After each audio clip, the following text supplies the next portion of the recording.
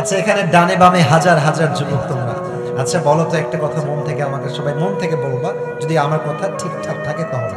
আমাদের জীবনে দুঃখ কষ্ট আছে না? মাঝে মাঝে মন খারাপ হয় না? মাঝে মাঝে মন ভেঙে যায় না? যখন তুমি দেখো যে তোমার কাছে সাইকেল নাই আর তোমার বন্ধু R15 চালায়, মনটা অটোমেটিক ভেঙে যায়, এন্ড ইটস ভেরি নরমাল।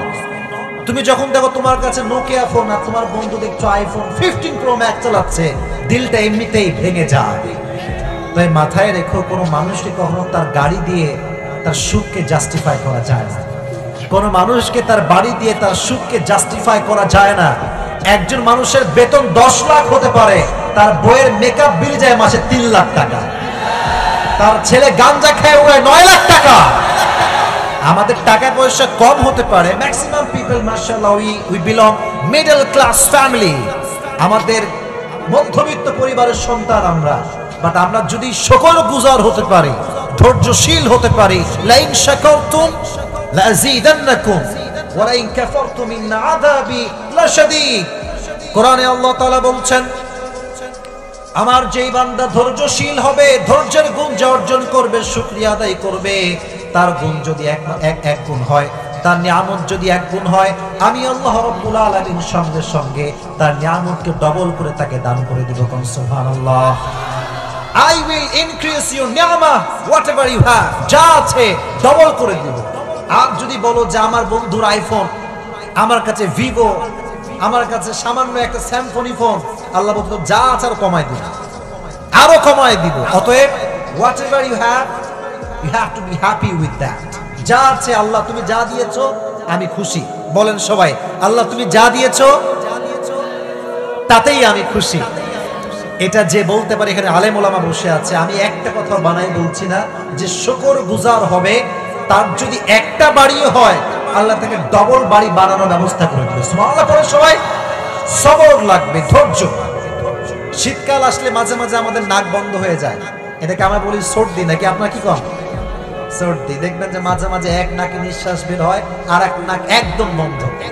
তো অনেক লোক দেখবেন অসুস্থ হয়ে গেলে বলে, আল্লাহ কি আর কাউরে পায় না, খালি আমারই পায়। আছে না? আছে না? মাঝে মাঝে তোমার বন্ধুকে বলবে, বন্ধু কেমন আছিস রে? আর বলিস না, সব দুঃখ। এটা হচ্ছে স্পষ্ট বেঈমানি ছাড়া কিচ্ছু হতে পারে না। আর এই অন্যায় সবচেয়ে বেশি করে হচ্ছে মেয়েরা। মেয়েদের অভিযোগের কোনো শেষ নেই। আসতে ঠিক বলি, মেয়েদের দেখবেন কোনো অভিযোগের শেষ নাই। স্বামী একজনকে দিয়েছে, একজনের স্বামী আইফোন, তারটা একটু স্যামসংই, বলবে এরকম স্বামী হইল, অমুকের স্বামী আইফোন দিচ্ছে, আমার কিছুই নাই। এরকম প্রেসার দিতে দিতে অনেক স্বামী হার্ট স্ট্রোক করে মরে যান। আমার বোনেরা প্লিজ শুকরগুজার হবেন, ধৈর্যশীল হবেন।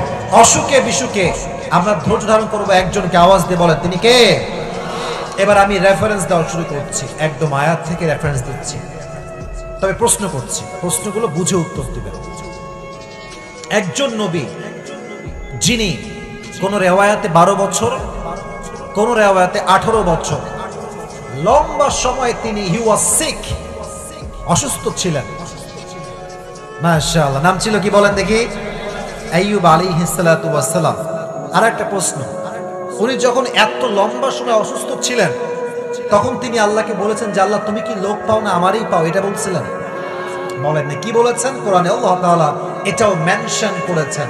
সূরাতুল আম্বিয়া আল্লাহ তাআলা বলছেন, ওয়া আইয়ুবা ইয নাদা রাব্বাহু আন্নী মাসসানিয়া যুররু ওয়া আনতা আরহামুর রাহিমিন।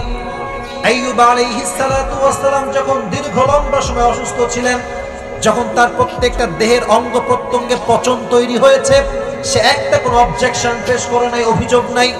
যখনই তার জিহ্বাটা নষ্ট হয়ে যাচ্ছে, পোকা মাকড় লেগে নষ্ট হয়ে যাবে, তখন সে আল্লাহকে বলছে, আল্লাহ সব শেষ, I don't have any kind of objection about that, কোনো অবজেকশন নাই আমার আল্লাহ, বাট যেই জবান দিয়ে তোমার জিকির করি এইটা নষ্ট হলে তো আমি আল্লাহ সহ্য করতে পারবো না। সুবহানাল্লাহ পড়লেন না? তিনি বলেন, আল্লাহ আমি তো ক্ষতিগ্রস্তের মাঝে ঢুকে গিয়েছি, শামিল হয়ে গিয়েছি, আর তুমি না রহমান, তুমি না রহিম। তার মানে হচ্ছে রহমান তো কখনো তার বান্দার কষ্ট সহ্য করতে পারবে দোয়ার সিস্টেম দেখেছেন কি সুন্দর দোয়ার ভাষা।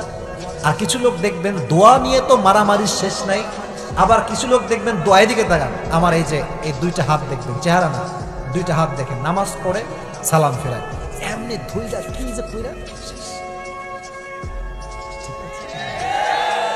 তুই কি রশি পাকাইলি ভাই, কি একটা ভাবসা।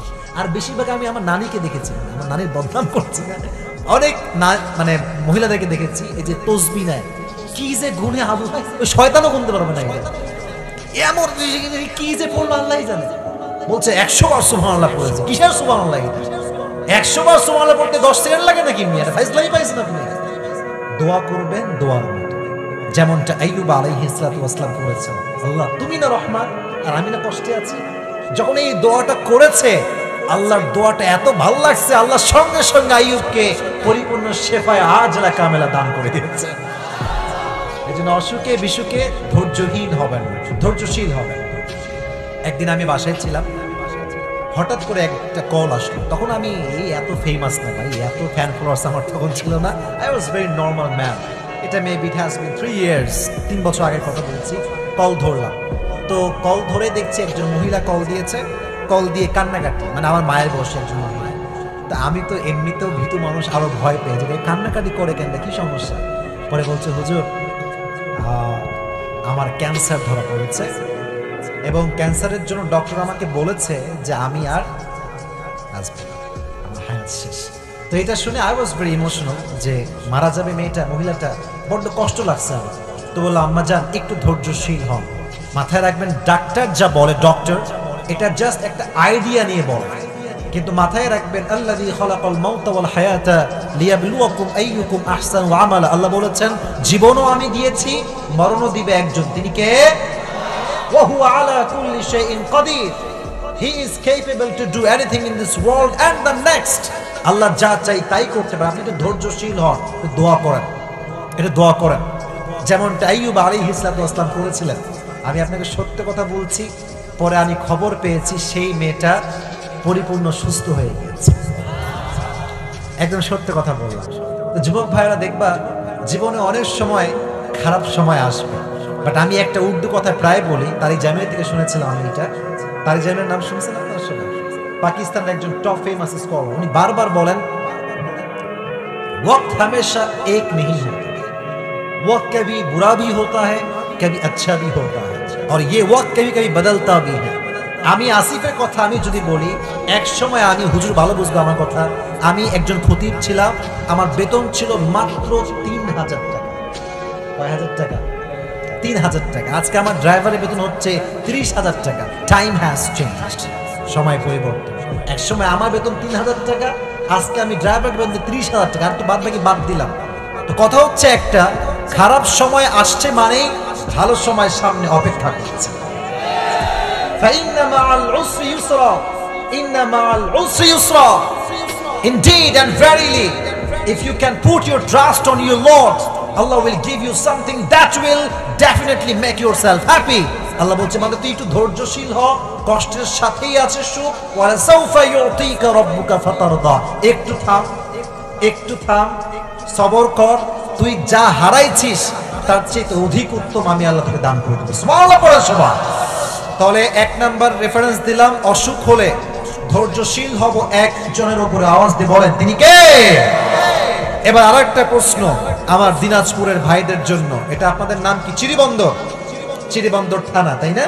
আচ্ছা, একটু বুঝে শুনে জবাব দিবেন। খালি ওয়াজ করলাম ঠিক ঠিক সুবহানাল্লাহ এটা বললে কিন্তু ওয়াজ হয়ে যায় না, একটু বুঝে শুনে জবাব দিবেন। মনোযোগ আছে সবার? একটা কাশি দেন সবাই।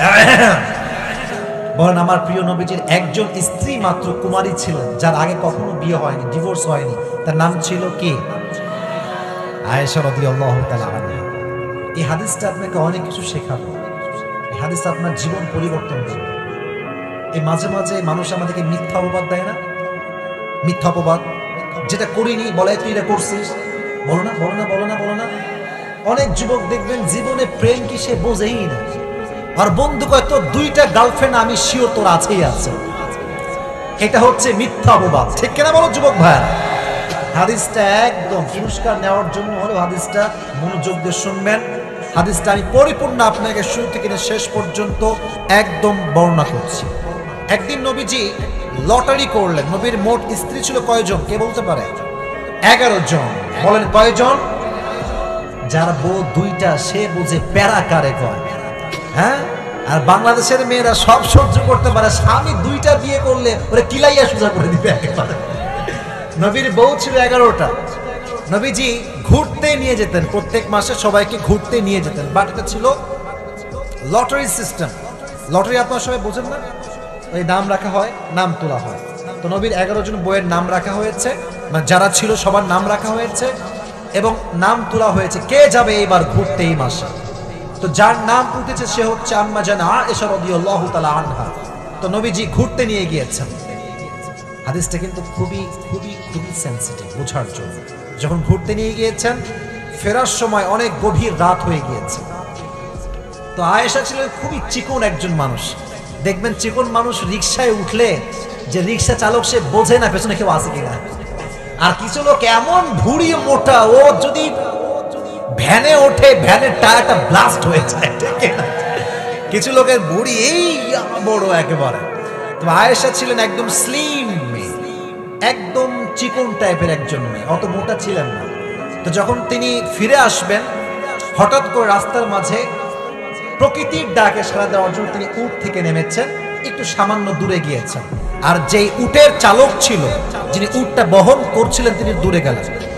ওদিকে যখন তিনি গিয়েছেন প্রকৃতিতে সাড়া দেওয়ার জন্য, এদিকে সে উট নিয়ে চলে গেছে। কেন? সে ভাবছে উনি হয়তো উঠে গিয়েছেন, চিকন মানুষ বোঝা যাচ্ছে না, উনি নিয়ে চলে গেছে উটটা। কিন্তু আমাদের আয়েশা কি উঠতে পারছে যুবক ভাইয়েরা? পারে নাই। যখন আমাদের আয়েশা ব্যাক করেছেন, দেখছেন কি রে উট কই, উট তো আর নাই। তখন তিনি বুঝলেন যেখানে একটা মিসআন্ডারস্ট্যান্ডিং হয়ে গিয়েছে। তাই তিনি সুন্দর করে চাদর মুড়ি দিয়ে ঘুমায় গেলেন ওই মরুভূমির মাঝখানে। যারা আমরা পিকনিকে গিয়ে ছোটবেলাতে হোক বা এখন দেখবেন পিকনিকের বাস থেকে সবসময় ডাকে মাইক দিয়ে, এই সলিমউদ্দিন কই রে, গাড়ি ছাড়লো বলে আয় জলদি করে, ডাকে না ডাকে না ডাকে না। তো যখন দূরে গিয়েছে নবীরা সবাই, তখন বোঝা গিয়েছে যে আম্মা আয়েশা মিসিং হয়ে গিয়েছে, উনি আসতে পারেন নাই।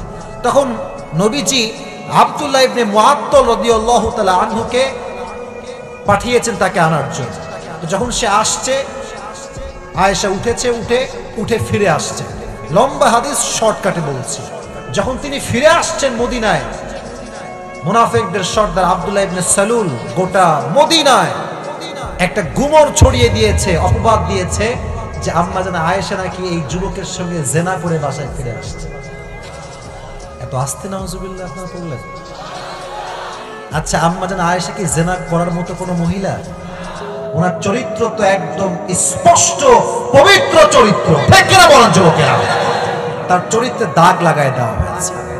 এদিকে পুরো জায়গাতে একটা কানা ঘষা শুরু হয়ে গিয়েছে যে আম্মা জান আয়েশার সঙ্গে আব্দুল্লাহ ইবনে মুআত্তাল নাকি একটা জেনার সম্পর্ক আছে। কিন্তু উনি এটা জানেন না, আম্মা জান আয়েশার কোনো খবরই নাই তার। তো শ্বশুর বাড়ি যখন গিয়েছে, মানে বাপের বাড়ি, নবীর শ্বশুর বাড়ি যখন গিয়েছে, তখন একজন বাহিরের মহিলা এসে বলছে, আয়েশা শোনো, তোমার ব্যাপারে যে জেনার অপবাদ দেওয়া হয়েছে তুমি কি জানো এটা? এই কথা শুনে উনি তো আকাশ থেকে পড়ছে, আমি জেনা করেছি, কে বললো এটা? বলছে তুমি জানো না, পুরো জায়গাতে এই অপবাদ ছড়িয়ে দেওয়া হচ্ছে, তুমি নাকি আব্দুল্লাহ ইবনে মুআত্তালের সঙ্গে জেনা করে বাসায় ফিরে আসছো। এই কথা শুনে তার মনটা একদম ভেঙে গেছে। বাসায় গিয়েছে, এবার তার বাবার নাম ছিল আবু বকর রাদিয়াল্লাহু তাআলা আনহু। উনি বলছে, এই আয়েশা, তুমি কি জেনা করেছো? করলে তওবা করো, আল্লাহ মাফ করে দিবে। আব্বার মুখে এই কথা শুনে আয়েশার মন আরো ভেঙে গেছে।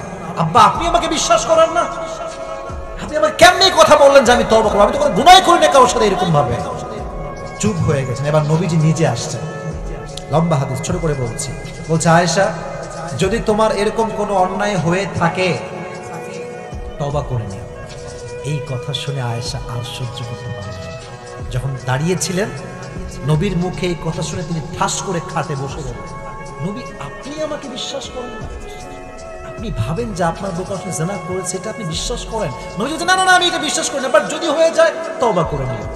এবার বললেন, শোনেন, সবাইকে চেনা হয়ে গিয়েছে, এবার আমার একমাত্র ভরসার জায়গা একজন। এবার বলেন তো তিনি কে? আমি ধৈর্যশীল হলাম, আমি সবর করলাম। এবং এই সবরের বিনিময়ে সঙ্গে সঙ্গে আল্লাহ তাআলা তার চরিত্র যে পবিত্র, তার চরিত্রে কোনো দাগ যে লাগে নাই, আল্লাহ নিজে আরশে আজিম থেকে জিব্রাইল দিয়ে আয়াত নাযিল করে দিলেন। তার চরিত্র পবিত্র, কোন দাগ লাগে না। ইন্নাল্লাযীনা জাউ বিল ইফকি উসবাতুম মিনকুম লা তাহসাবুহু শাররান লাকুম বাল হুয়া খায়রুল লাকুম লিকুল্লি ইমরিইন মিনহুম মাকতাসাবা মিনাল ইফ ওয়াল্লাযী তাওয়াল্লা কিবরাহু মিনহুম লাহু আযাবুন আলীম। আল্লাহ বলছেন, নবী, কাফেররা ষড়যন্ত্র করছে, মাথায় রাখবেন তাদের একটা চিন্তা আছে, আমার একটা চিন্তা আছে, বাট আমার চিন্তার উপরে কেউ কোনো কাজ করার সুযোগ পাবে না। ঠিক কিনা বলেন যুবক ভাই? অতএব যদি কেউ অপবাদ দেয় বেশি ব্যাখ্যা দিবেন না, আর মাথায় রাখবেন যখন মিথ্যা অপবাদ আসবে বন্ধুর পরিচয় আপনি পেয়ে যাবেন। কারণ খারাপ সময় হচ্ছে এমন একটা সময় যেটা মানুষের পরিচয়কে তুলে ধরে। আস্তে বললেন যে, জোরে বলেন না, কথা ঠিক আছে না? খারাপ সময় আসলে বুঝবেন যে কে আসলে আই লাভ ইউ বলে ভালোবাসে না। দেখবেন যখন সময় খুব ভালো, আমি আমার বাজানরা অনেক সময় টাকাকে বেশি গুরুত্ব দেয়, তাকওয়াকে গুরুত্ব দিতে চায় না। এরকম বাবা আছে না নাই? বিয়ের ক্ষেত্রে মুত্তাকি ছেলেকে গুরুত্ব দেওয়ার দরকারটা আছে না নাই? Number 1 point. নাম্বার 2, ফাতেমার জীবন থেকে আমরা 2 নাম্বার বিষয় শিখব যে একজন স্ত্রীর আদর্শ কেমন হওয়া দরকার, স্বামীর সঙ্গে ব্যবহার কেমন হওয়া দরকার, জানা দরকারটা আছে না নাই? আজকালকাল দেখবেন আপনারা প্রিয় ভাইয়েরা, সারাটা জীবন স্বামী তার বউয়ের জন্য খাটে, টাকা পয়সা গাড়ি বাড়ি সব দেয়। একদিন গিয়ে বলে কি জানেন, তুমি আমারে কি দিলে, তোমার কি তুমি জীবনে করলা আমার জন্য? অমকের জামাই তার শ্বশুরকে কত কিছু দিল, আমার স্বামীটা আবুল কিছু দেয় না আমার। এরকম স্বামী বউ আছে না নাই? আজীব কথাবার্তা, এটা ঠিক না। মনে রাখবেন, জাহান্নামে সবচাইতে সেই মেয়েরা বেশি যাবে যারা স্বামীর অকৃতজ্ঞ ছিল। নাউজুবিল্লাহ পড়েন। একটা অবাক করা হাদিস শোনায়। ফাতেমা এমন একজন বউ ছিলেন যিনি তার স্বামীর কাছে কোনো আবদারি করতেন না, কোনো কিছু চাইতেন না। তো একদিন স্বামী আসছে, আলী এসে বলছে, এই ফাতেমা, তুমি আমার কাছে কোনো কিছু চাও না কেন? কিচ্ছুই চাও না, আমি চাই তোমাকে দিতে, তুমি নিতেই চাও না। আজকে তুমি এমন একটা কিছু চাইবা যেটা খাওয়ার জিনিস হবে, আমি তোমাকে নিয়ে এসে খাওয়াবো, আমি তোমাকে নিয়ে এসে। তো ফাতেমা বলছেন, না দরকার নাই। কি দরকার? থাক না, কোনো প্রয়োজন নাই। তো আলী আজকে নাসরবান্দা, না আমি খাওয়াই ছাড়বো আজকে, বলো কি খাবা। তো চাওয়ার একটা লিমিটেশন আছে।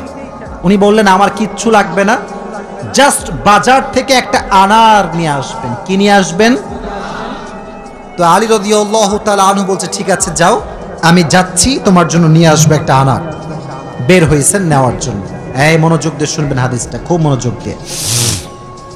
বাজার থেকে একটা আনার কিনেছেন, কিনে যখন বাসায় ব্যাক করবেন, হঠাৎ করে একজন গরিব মানুষ আসছে, সে বলছে, আলী, আজ 3 দিন যাবত আমার পেটে কোনো খানা নাই, আমি বড় হত দরিদ্র মানুষ, খুবই ক্ষুধার্ত মানুষ, তুমি কি আমাকে কিছু খাওয়াতে পারবা? আলী রাদিয়াল্লাহু তাআলা আনহু এতটা দান করার মেন্টালিটি ছিল, এতটা ভালো মানুষ ছিলেন, বইয়ের কথা ভুলে গিয়েছেন, ওই আনারটাও আল্লাহর রাস্তায় দান করে দিয়েছেন। তো যখন আনার মানে হচ্ছে ডালিম, ডালিম, ডালিম। ও আচ্ছা, না বুঝতে বলা যাবে, কোনো সমস্যা নাই। আনার মানে হচ্ছে, নগরে ডালিম আছে না নাই? তোমাদের নগরে একটা বড় বাজার আছে, বাজারটার নাম কি? ওখানে দেখবা রাস্তার বাম পাশে সবগুলো বসে না, ফলের সব দেখবা, অনেক অনেক অনেক আপনার আঙ্গুর রাখা আছে, বেদানা রাখা আছে, আছে না নাই? আপনারা বেদানাও বলেন, ডালিমও বলেন। আচ্ছা, তো উনি দান করে দিয়েছেন। তো যখন দান করে দিয়েছেন, হঠাৎ করে মাথায় আসছে, তো কার জন্য ছিল?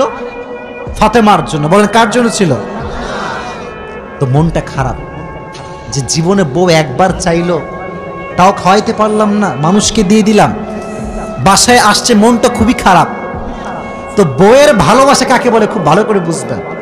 আলী যখন গেটটা খুলেছে, ফাতেমা যখন আলীর চেহারার দিকে তাকাইছে, বলছে, আলী, নিশ্চিত তুমি আমার বেদনা, আমার ডালিম তুমি আল্লাহর রাস্তায় দান করে দিয়েছো, সুবহানাল্লাহ পড়ে। তো বলছে ফাতেমা আসলেই তাই, আমি দান করে দিয়ে আসছি। তো বলছে আলী, তুমি যদি আমার জিনিসকে আল্লাহর রাস্তায় দান করে খুশি হও, আমি ফাতেমা তাতেই খুশি হয়ে গেলাম। অবাক করা বিষয় দেখেন, হঠাৎ করে একজন মানুষ বাসার গেটে নক করেছে, এই কেউ কি আছে বাসায়? গেট খুলেছে তো দেখছে গেটের বাইরে দাঁড়িয়ে আছে একজন সাহাবী, তার নাম হচ্ছে সালমান ফারসি। তার নাম কি? এদিকে পেছনে কিয়ামত হয়ে যাক, তোমরা আমার দিকে তাকাও। তার নাম কি? সালমান ফারসি। বলছে কি হয়েছে আপনার, হঠাৎ করে আপনি আমাদের বাসায় আসছেন? বলছে নবীজি তোমার জন্য 9টি আনার হাদিয়া পাঠিয়েছেন। আপনার সুবহানাল্লাহ পড়তে পারলেন না? কয়টি আনার? আরো জোরে। তো আলী বলছেন নো, এটা আমার না, এটা আমার হতে পারে না। সালমান ফারসি বলছে কেন? এটা তোমার জন্য পাঠিয়েছে।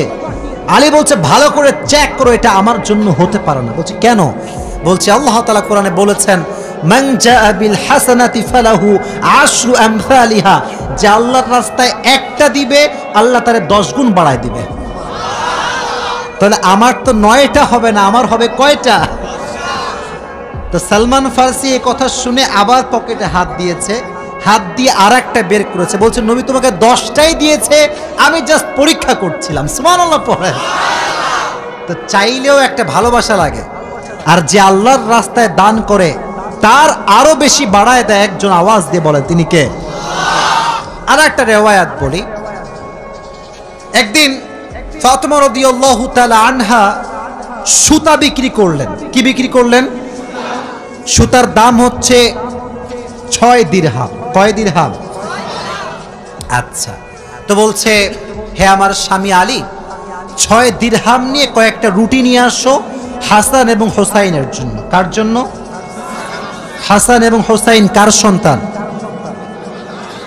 ফাতেমা এবং আলীর সন্তান।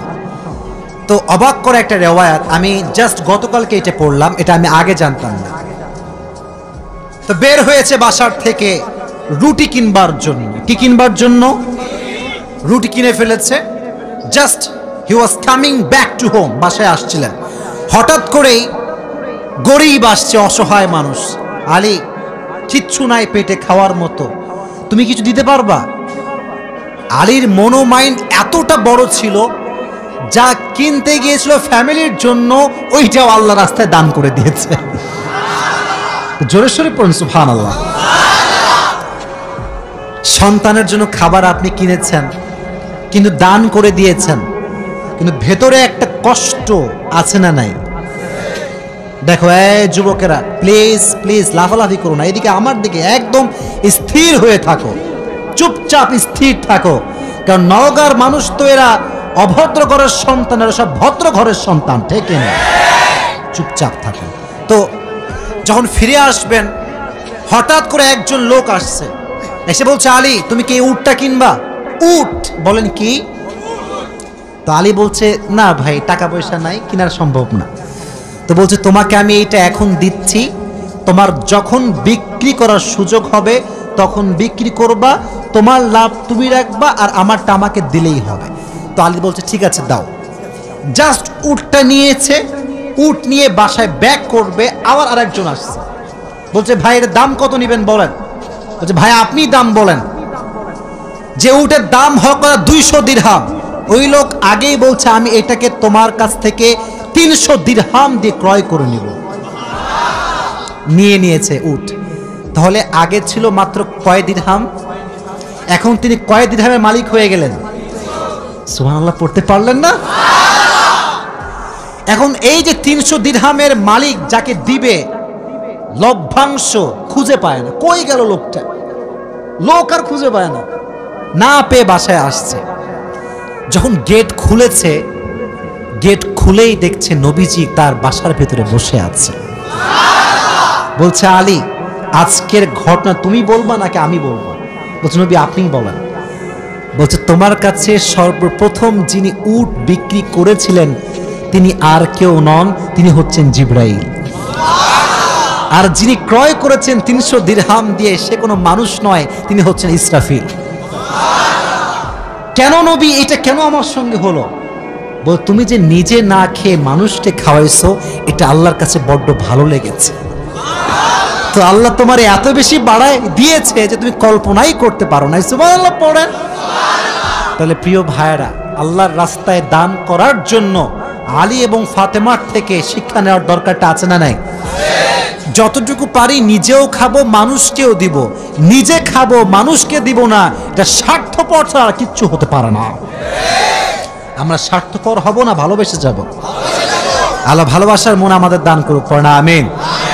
আর একটা হাদিস, আচ্ছা বলেন তো পরিবারের, আচ্ছা এখানে সব যুবক আমার মনে হয় আমরা মধ্যবিত্ত পরিবারের সন্তান, ঠিক আছে না প্রিয় ভাইয়েরা?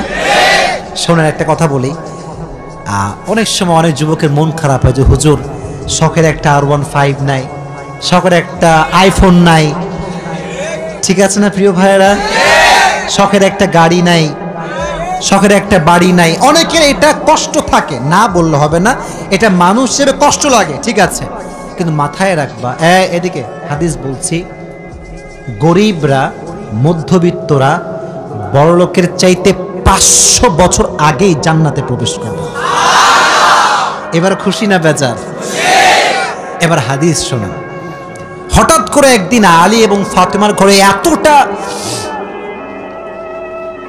এতটা অভাব, ভাত নাই, চাল নাই, ডাল নাই, কিচ্ছু নাই, একেবারে 3 দিন যাবত না খাওয়া। কয়দিন? এটাই কম মনে হচ্ছে আপনার কাছে? কম না বেশি? আপনি বিশ্বাস করেন আজকালকার যুবকরা বডি বিল্ডিং করে, ইভেন তার 6 প্যাক বডি আছে, কিন্তু রোজা রাখতে চায় না। এই এলাকায় মনে হয় নাই? খবর লাগাবেন না, আপনার ভাবিও রোজা রাখে না, খবর লাগায় না। বলবেন যে ভাবি হোয়াট ইজ দিস, রোজা রাখেন না? এখন বলছে বাবা গায়ে শক্তি নাই, দুর্বল। একদিন এক যুবককে বললাম, কি রে তুই আমার ওয়াজ শুনিস না? বলছে অবশ্যই শুনি। তাই রোজা রাখিস না কেন? বলছে যে ভাই রোজা রাখলে বডি কমে যাবে। নাউজুবিল্লাহ পড়তে পারলেন না প্রিয় ভাইরা? কয়েকদিন যাবত না খাওয়া। এবার আলী রাদিয়াল্লাহু তাআলা আনহু বাধ্য হয়ে গিয়েছেন, আর পারছেন না। বলছে ফাতেমা যাও, বাবার কাছে যাও, বলো আব্বাজান বাসাতে খাবার মতো কিছু নাই, আপনার কাছে কিছু হবে খাওয়ার মতো? আহা, ফাতেমা যখন ঘরে আসছেন, নবীজি ঘর খুলে দিয়েছেন। দেখেন বাবা এবং মেয়ের ভালোবাসা কত সুন্দর। ফাতেমা বলেন নাই যে আব্বাজান কিছু করে দেখেছি তো তাই মাঝে মাঝে বলি, সময় ভালো হইলে খুব গদ তোমারে ভালোবাসি, তুমি না আমাদের ছেলে। আর যখন দেখবা সময় খারাপ, পকেট ফাঁকা, দেখবা আই লাভ ইউ যারা বলতে না বলবা আই হেট ইউ। সময় ভালো হয়, খারাপ হয়, বাট যে খারাপ সময় পাশে থাকে সেই হচ্ছে আমাদের প্রকৃত পক্ষের বন্ধু, ঠিক কিনা বলা? অতএব যত অপবাদ কেউ দিক না কেন, কোন রকম কোনো অভিযোগ করবেন না, ধৈর্য ধারণ করবেন, একজনের উপরে আওয়াজ দিয়ে বলেন তিনি কে। এবার আরেকটা হাদিস বলেন, আমার প্রিয় নবীজির প্রথম যিনি স্ত্রী তার নাম ছিল কি? খাদিজাতুল কুবরা রাদিয়াল্লাহু তাআলা আনহা। উনি কি সিঙ্গেল ছিলেন না ডিভোর্সড ছিলেন? ডিভোর্সড ছিলেন। তবে নবীর প্রথম স্ত্রী হচ্ছেন খাদিজা। কেমনে বিয়ে হয়েছে এটা একটা সবরের ওয়াজ, সবরের একটা হাদিস। ওনার প্রায় 2 জন স্বামী মারা গিয়েছে। আরো বর্ণনায় আসছে ওনার স্বামী মারা গিয়েছে, আরেক বর্ণনায় আসছে কারো ডিভোর্স হয়েছে। একজন মেয়ের স্বামী মরলে সেই বোঝে যে স্বামীর দামটা কত বেশি। এখন তো মেয়েরা স্বামীকে ইচ্ছা মতো গালি দেয়, এই তোর ওইটা ভালো না, এইটা ভালো না। আর যখন ডিভোর্স হয় তখন তার ঘাড় সোজা হয়ে যায়। দেখবেন মেয়েরা প্রথম সংসারে যেই পরিমাণ ধৈর্যশীল হয়, দ্বিতীয় সংসারে তার চেয়ে 1000 গুণ বেশি হয়। কারণ ঠ্যাক খেয়ে আসছে যে এখন ঘাড় সোজা হয়ে গিয়েছে, ঠিক আছে যুবক ভাইরা? তো যখন 3 জন প্রায় মারা গেল স্বামী, তখন তিনি বললেন আল্লাহ আমি আর জীবনে বিয়েই করব না, যতক্ষণ পর্যন্ত তুমি আমাকে না দিচ্ছ আমার স্বামী, আমি বিয়ে করছি না। যুবকেরা তোমাদের অনেককে শিক্ষা দিবে, যুবকেরা অনেক টেনশন, বিয়ে হয় না কেন, শীতকাল তো পার হয়ে গেল না। কথা ঠিক আছে না যুবকেরা? বলো শীতকালে আসলে বিয়েটা একটু বেশি হয় বাংলাদেশে। তো এই যে মিডিয়ার ভাইরা আছে যারা শীতকালে বিয়ে করবেন ভাই আপনি ঈদের পরে পোস্ট করেন, এই শীতকালে পোস্ট করবেন না, এগুলো দিয়ে যুবকদের গা জ্বলে পড়ে ছারখার হয়ে যায়, ঠিক কিনা বল? তো এই হাদিসটা তোমাকে শেখাবে যে তুমি জীবন সঙ্গিনীর জন্য কতটা ওয়েট করতে হবে তোমাকে। উনি বলেন আল্লাহ তুমি না দিলে আমি বিয়ে করবো না, বাদ দিলাম, সব বাদ। ব্যবসার কাজে মন দিলেন, ব্যবসা কোটি কোটি টাকার ব্যবসা। একদিন তিনি রাত্রেবেলা ঘুমালেন, এই হাদিসটা একদম শেষ পর্যন্ত শুনলেন। ঘুমিয়ে আছেন রাতের বেলা, হঠাৎ করে স্বপ্ন দেখছেন যে আকাশে তারা, পুরো আকাশটা আলোকিত হয়ে আছে, বাট দুনিয়ার জমিনটা অন্ধকার। আকাশে তাকিয়েছেন, দেখছেন আকাশের তারা খাদিজার বুকের দিকে নেমে আসছে। যখন আকাশের থেকে তারা নেমে আসে, পুরো অন্ধকার দুনিয়াটা আলোকিত হয়ে গেছে। সুবহানাল্লাহ, মন খুশি হয়ে পড়েন সুবহানাল্লাহ পড়েন। এবার আম্মাজান খাদিজা চিন্তায় পড়ে গেলেন যে স্বপ্নের ব্যাখ্যা কি হতে পারে। তার চাচার নাম ছিল আব্দুল্লাহ ইবনে, তার নাম ছিল ওয়ারাকা বিন নাফিল। বলছে চাচা জান আমি একটা স্বপ্ন দেখেছি। কি স্বপ্ন? রাতের অন্ধকারে আলো নাই, অন্ধকার, হঠাৎ করে আকাশ থেকে তারা নেমে এসে পুরো দুনিয়াটা আলোকিত হয়ে গিয়েছে। মা তা'বিরু হাযাল হুলম, এই স্বপ্নের ব্যাখ্যা কি হবে আমাকে বলেন। তখন তিনি তাওরাত খুললেন, ইনজিল খুললেন, খুলে সব পড়ে বললেন খাদিজা মাশাআল্লাহ, গুড নিউজ, সুসংবাদ। কি সুসংবাদ? বলছে তোমার যিনি স্বামী হবেন এইবার, তিনি সাধারণ কোনো মানুষ নয়, আল্লাহ শেষ নবীকে তোমার স্বামী হিসেবে কবুল করেছে। এই কথা শুনে ওনার হৃদয়টা একদম প্রশান্তির ছোঁয়া। এই তো আমার ধৈর্যের ফলাফল আমি পেতে যাচ্ছি, সময় তো ঘনিয়ে এসেছে। শুনেই তিনি বাসায় ফিরে গেলেন, আবার কাজ শুরু করলেন, ব্যবসার কাজ। কবে আসবে আমার সেই স্বপ্নের পুরুষ? অপেক্ষা শুরু। হঠাৎ একদিন নবীজি ব্যবসার কাজে খাদিজার বাসায় আসছেন আগমন নিয়ে। নবীর চেহারা এত সুন্দর ছিল, নবীজি তার ঘরে ঢোকার সঙ্গে সঙ্গে তার পুরো ঘরটা আলোকিত হয়ে গিয়েছে। সুবহানাল্লাহ বললেন না সবাই? নবীর চেহারা দেখে খাদিজা বুঝে গিয়েছে এটাই মনে হয় আমার স্বামী, শেষ নবী, এই ব্যক্তিটাই মনে হয় হবে। তখন তিনি তাওরাত খুললেন, ইনজিল খুললেন, যে শেষ নবীর চেহারা কেমন হতে পারে। আচ্ছা আমার কথা বুঝতে কোনো সমস্যা হচ্ছে না তো আপনাদের? কথা কি বোঝা যায়? যায় যায় যায় দেখলেন যে নবীজির চেহারা কেমন হবে, গায়ের রংটা হবে। এই যুবকেরা মনোযোগ দিয়ে শুনুন, নবীর চেহারা কেমন? আজহারুল লাউন, নবীর চেহারার রং কালো নয়, সাদা নয়, আহামরি ফর্সাও নয়। নবীর চেহারার রংটা হচ্ছে লাবণ্যময়, সুন্দর। সুবহানাল্লাহ, একটু জোরে শুনে পড়েন আপনারা সবাই। আচ্ছা আমার নবীর মতো সুন্দর কোন যুবক আল্লাহর আকাশের নিচে জমিনের উপর আর কেউ কি হতে পারে? চাঁদের চেয়ে সুন্দর তুমি নবী আমার কামলিহি ওয়ালা। সুবহানাল্লাহ পড়েন সবাই। দো জাহানের বাদশা তুমি প্যারা নবী সাল্লাল্লাহু আলা, দো জাহানের বাদশা তুমি প্যারা নবী সাল্লাল্লাহু আলা, চাঁদের চেয়ে সুন্দর তুমি নবী আমার কামলিহি ওয়ালা। সুবহানাল্লাহ পড়েন সবাই। এবার তিনি পড়লেন নবীজির হাইট কেমন হবে। লেখা আছে he will be the medium of height, neither tall nor short, কানা রাবআতাম মিনাল কওম লাইসা বিত-তাওয়িল ওয়ালা বিল-কাসির। নবীজি খুব বেশি তাল গাছের মতো লম্বা হবে না, আবার খুব বেশি বাটু হবে না, উনি হবেন মিডিয়াম অফ হাইট, মাঝারি গড়নের একজন মানুষ হবে। তো তিনি দূর থেকে দেখলেন, দূর থেকে তার হাইট কেমন দেখলেন, যা লেখা আছে হুবাহু তার হাইট মিলে গিয়েছে। এবার তিনি বললেন চুলের কাটিং কেমন হবে। লেখা আছে চুলের কাটিং হবে বিশাল বড় লম্বা চুল। নবীজির চুল কিন্তু প্রায় সময় বাবরি কাটিং থাকতো। বাবরি কাটিং বোঝেন? বোঝেন না আপনার সবাই? এই যে পেছনের দিকে লম্বা চুল। আর নবীজির, আচ্ছা আপনার সবাই কাজী নজরুল ইসলামের নাম শুনছেন? আমাদের জাতীয় কবি, মুরব্বীরা হয়তো খুব ভালো চিনবেন, আমরাও চিনি, না চিনি না, বাট ছবি দেখবেন ফেসবুকে, দেখবেন ওর চুলের মাঝখানে একটা কি আছে, স্মৃতি আছে। নবীর চুলের মাঝখানে হুজুর ভালো বুঝবে, কানা ইউফাররিকু বাইনা শাআরি, হাদিস থেকে বলছি। নবীর এই চুলের মাঝখানে একটা লম্বা স্মৃতি ছিল, এবং নবীজি আতর দিতেন। যেখানে তিনি সেজদা করতেন পুরো মসজিদটা নবীর আতরের ঘ্রাণে আমোদ হয়ে যায়। সুবহানাল্লাহ পড়েন সবাই। খাদিজা কনফার্ম হয়ে গেলেন যে এই লোকটাই হবে আমার স্বামী। কিন্তু প্রস্তাব দিবে কেমন? ভাইরে, সাওয়াল পাল মেয়ে দেখলে প্রস্তাব দিতে পারে, বাট মাইয়া সাওয়াল দেখলে প্রস্তাব দিতে পারে না। কারণ ছেলের ব্যাপার মেয়ের ব্যাপার একদম আলাদা। আমরা ছেলে যারা আছে আমরা একটু বেহায়া টাইপের হই, লজ্জা শরম খুবই কম আমাদের, বাট মেয়েদের লজ্জা একটু বেশি হয়, ঠিক কিনা বলেন যুবকেরা? তো উনি বিয়ের প্রস্তাব দিবে কেমনে, আমি হাদিস থেকে একটু প্রেসাইজলি বলছি। এবার তিনি ভাবলেন যে আমি তো যাওয়া যাবে না, লোক পাঠাই। তার দাসীর নাম ছিল নাফিসা। যুবকেরা বলো, নাম ছিল কি? নাফিসা। বলছে এদিকে আসে।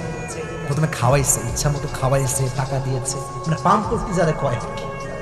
তো বলছে নেন হাদিয়া দিলাম আপনাকে, শোনেন একটা আবদার করবো, রাখবেন তো? নাফিসা একটু বয়স বেশি, সিনিয়র।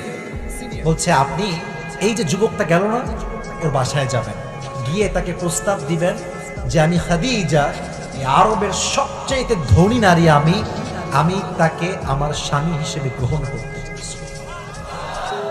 নাফিসা বলছো আচ্ছা আচ্ছা, এই জন্য এত হাদিয়া, তা আগে বললেই তো পারতেন। তো এবার তিনি গিয়েছেন নবীর কাছে, নক করেছেন দরজায়, কে আছে ভেতরে? নবীজি গেট খুলেছেন। গেট খুলে বলছে, সালাম দিয়েছে, কথাবার্তা হয়েছে। কেমন আছেন আপনি? বলছে ভালো আছে আলহামদুলিল্লাহ। আপনি ভালো আছেন? কথার ফাঁকে নাফিসা বলছে আচ্ছা একটা কথা বলবো, মাইন্ড করবেন না তো? নবীজিকে বলছে, আমি আপনাদেরকে বলি না, নবীজিকে। এই নাফিসা বলছে মাইন্ড করবেন না তো? নবীজি বলছে কি বলবে রে ভাই, এরকম মাইন্ড করার কথা বলতেছে। বলছে বলেন না, সমস্যা কি, আমি আছি আপনার সঙ্গে। তো বলছে যে আচ্ছা আপনি বিয়ে করেন না কেন? বয়স তো ভালোই, 25 ইয়ার্স ওল্ড, মাশাআল্লাহ, সবই তো ঠিকঠাক, বিয়ে করেন না কেন? তো নবী যে জবাবটা দিয়েছে আমাদের জবাব, যেটা আমরা দেই, নবী বলছে টাকা পয়সা নাই। টাকা পয়সা নাই যুবকেরা, এটা বড় একটা ফ্যাক্ট। যখন বিয়ের সময় আসবে খুব বুঝবা, মেয়ের বাপ কখনো তোমার নামাজ সম্পর্কে জিজ্ঞেস করবে না, দাড়ি নিয়ে জিজ্ঞেস করবে না। মেয়ের বাপের প্রথম প্রশ্ন, বাবা তুই মাসে কয় টাকা ইনকাম কর? বুঝবা, বিয়ের সময় আসলে বুঝবা। আর একটা কথা বলে ফেলি, রাগটা করলে কিন্তু বলবো না। রাগটা করছেন নাকি আপনারা? আর যখন বিয়ের জন্য মেয়ে দেখতে যাবা, মেয়ে কিন্তু দেখলে মনে হবে ইয়ার ইয়ে তো अभी के अभी जन्नत से भाग कर आई है यार। মেয়ে বলবে যে আপনি প্রথম পুরুষ যে আমাকে দেখেছে, জীবনে আর কেউ দেখে নাই। এই যে মেয়ে কথা বলবে বুঝবা যে দাল মে কুছ কালা है।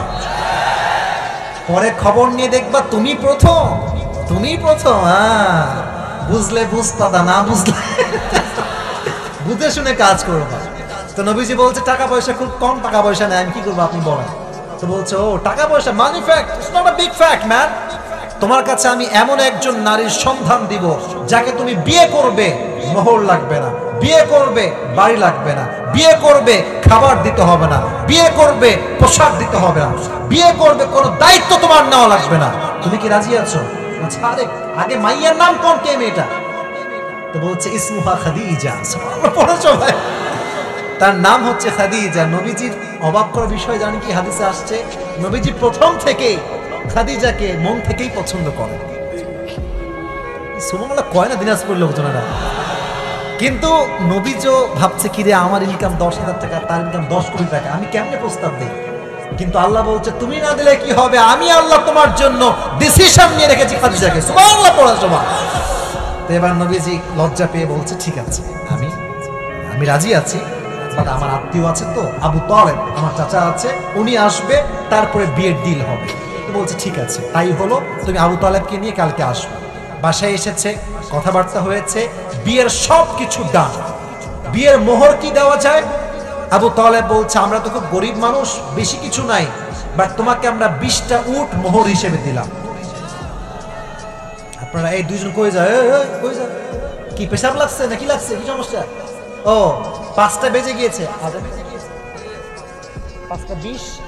5টা 20 আছে নাকি? না আপনারা যদি বলেন যে হুজুর আমাদের সময় কম, তাহলে আমি শেষ করবো। আর যদি বলেন না,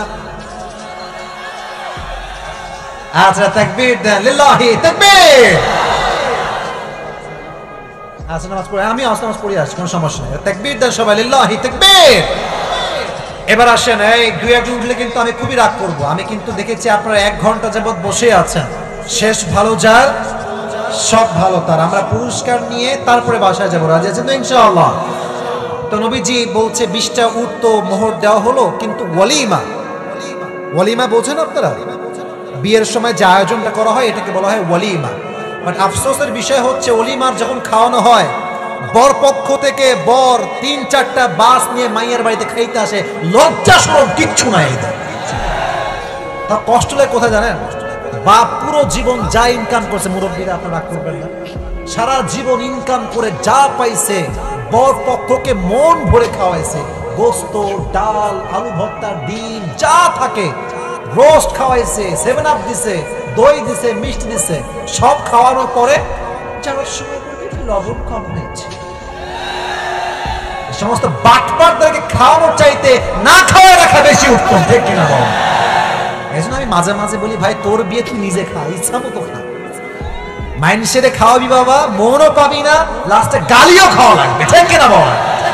তো 20টা উট মোহর দেওয়া হয়েছে, এখন খাওয়াবে কেমনে? খাদিজার মন কত বড় দেখেন, উনি বলছেন এই যে 20টা উট আমাকে মোহর দেওয়া হয়েছে, এই 20টা উট আপনারা ওয়ালিমার জন্য জবাই করে দেন। সুবহানাল্লাহ করে সবাই। বিয়ে হয়ে গেল, নিকাহের আক্ত শেষ, কবুল শেষ, এবার আসছেন বাসররাত। এবার আসেন আমি আমার হাদিসের মূল মেসেজটা এখানে দিব। যখন বাসররাতে নবীজি বসে আছেন, এই পাশে নবীজি, মানে ডান পাশে নবীজি, বাম পাশে খাদিজা। ছোট্ট একটা বাক্য যদি হাদিস শেষ করব। খাদিজা বলছে, নবী, নবী তো না, তুমি তো নবুয়ত পান নাই, নাম বলেই বলছেন যে আপনাকে যে আমি পেয়েছি, কেন আপনি জানেন? বলছে আমি তো নিয়ত করেছিলাম কোনোদিন বিয়েই করব। That was my intention that I will never ever get married again. Last বিয়ে ওইটাই ছিল, কোনোদিন বিয়ের আমার ইচ্ছা ছিল না, বাট আমি ছিলাম ধৈর্যশীল। আমি ধৈর্যশীল হওয়ার কারণে আল্লাহ আখির জামানার সর্বশ্রেষ্ঠ নবীকে আমার মতো একজন ডিভোর্সি মেয়ের জন্য স্বামী হিসেবে কবুল করে ফেলেছে। তাহলে বলেন, এই যে নবী বিষয় খাদিজার বিয়ে, পেছনে একটা গুণ ছিল সবচেয়ে বড় হাতিয়ার, নামটা কি বলেন? এই হচ্ছে আমার অডিয়েন্স, বলেন নাম ছিল কি? সবর বা ধৈর্য। অতএব যার বিয়ে হচ্ছে না, টেনশনের কোনো কারণ নাই। আজকে বিয়ে হচ্ছে না, কি হয়েছে, আগামীতে সবচেয়ে সুন্দরী মেয়েকে তুমি বিয়ে করতে পারবা, ঠিক কিনা বল? অতএব বিপদে আপদে, কষ্টে দুঃখে ধৈর্যশীল হব এক সত্তার উপরে। আওয়াজ দিয়ে বলেন তো তিনি কে? এবার আসেন আরেকটা হাদিস শোনাই। আচ্ছা, আপনারা কি এখানে যারা এসেছেন সবাই কি এলাকার থেকে আসছেন না বাইরে থেকে অনেকে আসছেন? বাইরে থেকেও আসছে অনেক লোক, বেশিরভাগ বাইরে থেকে আসছে। সর্বনাশ, এই অটোতে, রিক্সাতে যে দেখলাম বাইকে আসছেন, তাই না? আচ্ছা, অনেক ঋণী হয়ে গেলাম ভাই, অনেক ঋণী হয়ে গেলাম। এই ভালোবাসা কখনো ভুলবো না, যদি আল্লাহ বাঁচায় রাখে আগামীতে আবার দেখা হবে ইনশাআল্লাহ। তো আপনারা তো পুরস্কার নিবেন বলেছেন, আমি একটা হাদিস বলে তোরা শেষ করে দিই নাকি এখন শেষ করতে হবে? আমার সময় দেওয়া ছিল 1 ঘন্টা, আমি যেটা বলেছিলাম কমিটি, আবেগ না, বিবেক দিয়ে কাজ করে। কমিটিকে আমি বলেছি 1 ঘন্টা ওয়াজ, বাট আমার ওয়াজটা এখনো শেষ হয় নাই। যদি আপনারা বলেন তাহলে আমি কিছু হাদিস বলেই তার পুরস্কারে যাবো, রাজি আছেন তো ইনশাআল্লাহ? আচ্ছা, এবার আসেন, আমরা প্রথমে শুনেছিলাম আইয়ুব আলাইহিস সালামের কথা, দ্বিতীয়তে আমরা শুনেছি আম্মাজান আয়েশার কথা, 4 নম্বরে আমরা শুনেছি খাদিজার কথা। এবার ছোট্ট একটা এক্সাম্পল দিব অভাবের ক্ষেত্রে। মাঝে মাঝে আমাদের সংসারে অভাব আছে না? 3 দিন 4 দিন খাবার নাই, ভালো করে ভালো মন্দ খাইতে পারি না। নবীর একমাত্র কলিজার টুকরা মেয়ের নাম কি ছিল বলতে পারবেন সবাই আপনারা? ফাতেমা রাদিয়াল্লাহু তাআলা আনহা। ফাতেমার স্বামীর নাম কি ছিল যুবক ভাই বন্ধু সবাই আপনারা? আলী রাদিয়াল্লাহু তাআলা আনহু। ছোট্ট একটা মারাত্মক সুন্দর হাদিস। 3 দিন যাবত বাসায় কোনো ভাত নাই, চাল নাই, ডাল নাই। আলী বলছে, এই ফাতেমা, আর কত সহ্য করবো, আর তো সহ্য হয় না, যাও বাবার কাছে গিয়ে কয়েকটা ডাল চাল ভাত নিয়ে আসো, তুমি যাও। এবার ফাতেমা সুন্দর করে বাবার কাছে গিয়েছে, বলছে, আব্বা জান, 3 দিন যাবত অভাব, ডাল ভাত কিচ্ছু নাই, কিছু দান করেন, আর তুই নিশ্চয়ই আন, একটু দেন কিছু আমাদের সময়। বসো। ও মানে ভালোবাসছি বলে এখন মাথার উপর চড়ে গেছে নাকি? খবরদার, আমি কিন্তু আমার সময় শেষ করে ফেলেছি। আমার যে হক, আমার যে দায়িত্ব, ইট has been over, it has bin maybe 10 minutes. আমি কিন্তু এক কথার লোক, বাট আমি যখন ভালোবাসা পাই আমি সবকিছু ভুলে যাই। আর ভালোবাসার বিরুদ্ধে কাজ করলে কিন্তু আমি এই মুহূর্তে দোয়া করবো। এখন আপনি থাকবেন না? থাকবেন তো ইনশাআল্লাহ। This is my last and final হাদিস। নবীজি বলছে, এই ফাতেমা, তোমাকে আমি সবই দিব, সমস্যা নাই, বাট 2টা অপশন দিচ্ছি। আমার কাছে 5টা বকরি আছে আর 5টা দোয়া আছে, তুমি কোনটা নিতে চাও বলো আমাকে। তো ফাতেমা বুঝে গেছে আব্বা আমার ধৈর্যের পরীক্ষা নিচ্ছে। এত সুন্দর একটা জবাব সে দিয়েছে। বলছে, আব্বা জান, 5টা বকরি লাগবে না, 5টা দোয়া দিলে আমি ফাতেমা খুশি হয়ে যাব। 5টা দোয়া আপনার সবাই একটু শিখে নেন। সবাই একটা কাশি দেন, দোয়াটা পাঠ করেন, ইয়া আউওয়ালাল আউওয়ালিন, ইয়া আখিরাল আখিরিন, ইয়া যাল কুওয়াতিল মাতিন, ইয়া রাহিমাল মাসাকিন। এবার যেটা বলবেন খুবই সহজ, সবাই মন খুলে জবাব দিয়ে উত্তর দিবেন জোরে সোরে। সবাই পড়েন, ইয়া আরহামার রাহিমিন। এই পাঁচটা শব্দের দোয়া অভাবে অনটনে যে বেশি পড়বে, আল্লাহ তার সমস্ত অভাব তার গায়েবী খাজানার থেকে দূর করে দেবে। সুবহানাল্লাহ পড়েন সবাই। এবার আম্মা জান ফাতেমা পাঁচটা দোয়া শিখে বাসায় ফিরে আসছে। ওইদিকে আলী রাদিয়াল্লাহু তাআলা আনহু তার অপেক্ষায় আছে কখন চাল ডাল আসবে, ভাত আসবে। দূর থেকে দেখছে ফাতেমা আসছে, বাট তার হাত পুরোটা ফাঁকা, চাল ডাল ভাত কিচ্ছু নাই। খেপে গেছে, আরে ফাতেমা কই, ভাত কোথায়, গোস্ত কোথায়, খাবার কোথায়, তোমার হাত তো পুরোটা ফাঁকা। ফাতেমা বলছে লাগবে। যখন গেট খুলেছে, মেয়ের চেহারা দেখেছে, আব্বা বুঝে গিয়েছে মেয়েটা আমার ক্ষুধার্ত হয়ে আমার কাছে এসেছে। সুবহানাল্লাহ পড়া। ডাক দিয়ে বলছে, ফাতেমা তোমার অবস্থা কি বলো, কি হয়েছে তোমার? ফাতেমা রাদিয়াল্লাহু তাআলা আনহা ডাক দিয়ে বলছে, আব্বা জান, আজ 3 দিন যাবত আমাদের বাসায় কোনো ভাত নাই, ডাল নাই, চাল নাই, গোস্ত নাই, কিচ্ছু নাই। আমি আপনার কাছে একজন ক্ষুধার্ত নারী হয়ে এসেছি কিছু নেওয়ার জন্য। তো নবীজি বলছেন, এই যুবকেরা এদিকে তাকাও। বলছে, ফাতেমা আমার কাছে 5টা বকরি আছে, 5টা দোয়া আছে। 5টা বকরিও আছে, 5টা ধামরাটের ভাইয়েরা 5টা দোয়া আছে, 5টা বকরি আছে। তুমি কোনটা নিতে চাও? Which one you want select? তো ফাতেমা বলছে, নবী হে, আমার বকরি লাগবে না, আমাকে দোয়া শিখাই দিলেই হবে। পরীক্ষায় পাস। দোয়াটা আমার সঙ্গে সবাই পড়েন, সকলে আমার চোখে চোখ রাখেন, সবাই পড়েন, ইয়া আউওয়ালাল আউওয়ালিন, ইয়া আখিরাল আখিরিন, ইয়া যাল কুওয়াতিল মাতিন, ইয়া রাহিমাল মাসাকিন, ইয়া আরহামার রাহিমিন। আমি জানি যে এটা এখনই মুখস্থ করা সম্ভব না, তবে এটা আগামীকাল কোথায় যাবে? মাশাআল্লাহ, সার্চ করবেন, ডাউনলোড দিবেন, এখানে কাট করে নিয়ে আসবেন। এই দোয়াটা you have to repeat after me, বারবার বারবার বারবার। নবীজি বলেছেন, এই দোয়া যে যত বেশি পড়বে তার রিজিকে বরকত তত বেশি বেড়ে যাবে। এই দোয়াটা আমরা বেশি বেশি পাঠ করব তো ইনশাআল্লাহ। এবার ফাতেমা আলীর কাছে ব্যাক করেছে। আলী বলছে, ফাতেমা তোমার হাতে গোস্ত কোথায়, ভাত কোথায়, খাবার কোথায়? তোমার হাত তো খালি, কোথায় আমার খাবার? তুমি তো খালি হাতে ফিরে এসেছো। বলছে, আলী আমার হাত খালি না, আমার হাত ভরপুর আছে। বলছে, কিভাবে? বলতেছে যে, যাহাবতু লিদ-দুনিয়া ওয়া জিতু বিল আখিরা। আমি নবীর কাছে দুনিয়া চাওয়ার জন্য গিয়েছিলাম, নবী আমাকে আখিরাত দিয়ে ফিরাই দিয়েছে। আমি আখিরাত নিয়ে তোমার কাছে এসেছি। তো আলী এবার নিজেই আসছে। ডানের যুবকরা, কিরে আমার দিকে তাকাও। এবার নিজে কে আসছে? আলী। পরে এবার কে আসছে? নবী হে, অভাব, খাবার দাবার কিচ্ছু নাই। নবী এবার সংখ্যা বাড়ায় দিয়েছে। বলছে, আমার কাছে 5000 বকরি আছে আর 5টা দোয়া আছে, তুমি কোনটা চাও? আলী বলছে, নবী 5000 বকরি নয়, 5টা দোয়া হলেই চলবে।